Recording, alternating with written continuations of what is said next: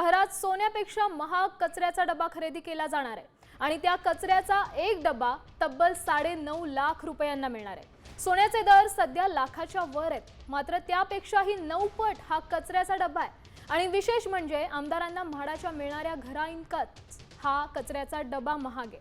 मीरा भाईंदर महापालिकेने कचऱ्याच्या डब्यांसाठी 19 कोटी रुपये खर्च करण्यासाठी मंजुरी दिली। सोन्याचा भाव आहे 1 लाख रुपये, कचऱ्याचा डबा आहे 9.34 लाख रुपये आणि आमदाराचं घर आहे 9.50 लाख रुपये।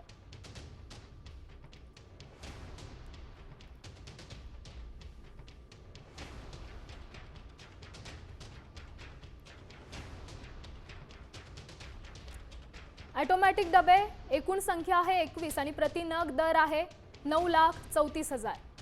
स्टेनलेस स्टीलचे 2 बिनेट संख्या 500 आणि प्रति नग त्याचा दर आहे 66,183 रुपये। स्टेनलेस स्टीलचे 500 डबे प्रति नग दर आहे 69,668 रुपये।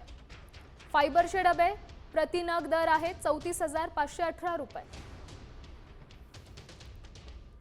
कोण हे व्यवहार करताय, आयुक्तांना माहित कसं नाहीये? सामाजिक कार्यकर्त्या अंजली दमानिया यांनी हा सवाल केलाय।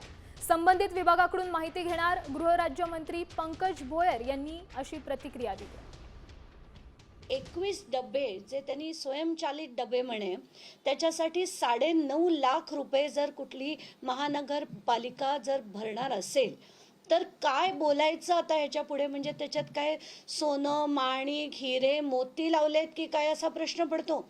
9.5 लाख रुपयाचा कचऱ्याचा डब्बा म्हणजे आपल्या विचाराच्या पलीकडे हा भ्रष्टाचार जातोय। आणि आयुक्तांना जेव्हा हा प्रश्न विचारला गेला तेव्हा त्यांनी माहिती नसल्याचं सांगितलं। हे ऐकून आणि नवलच वाटतं।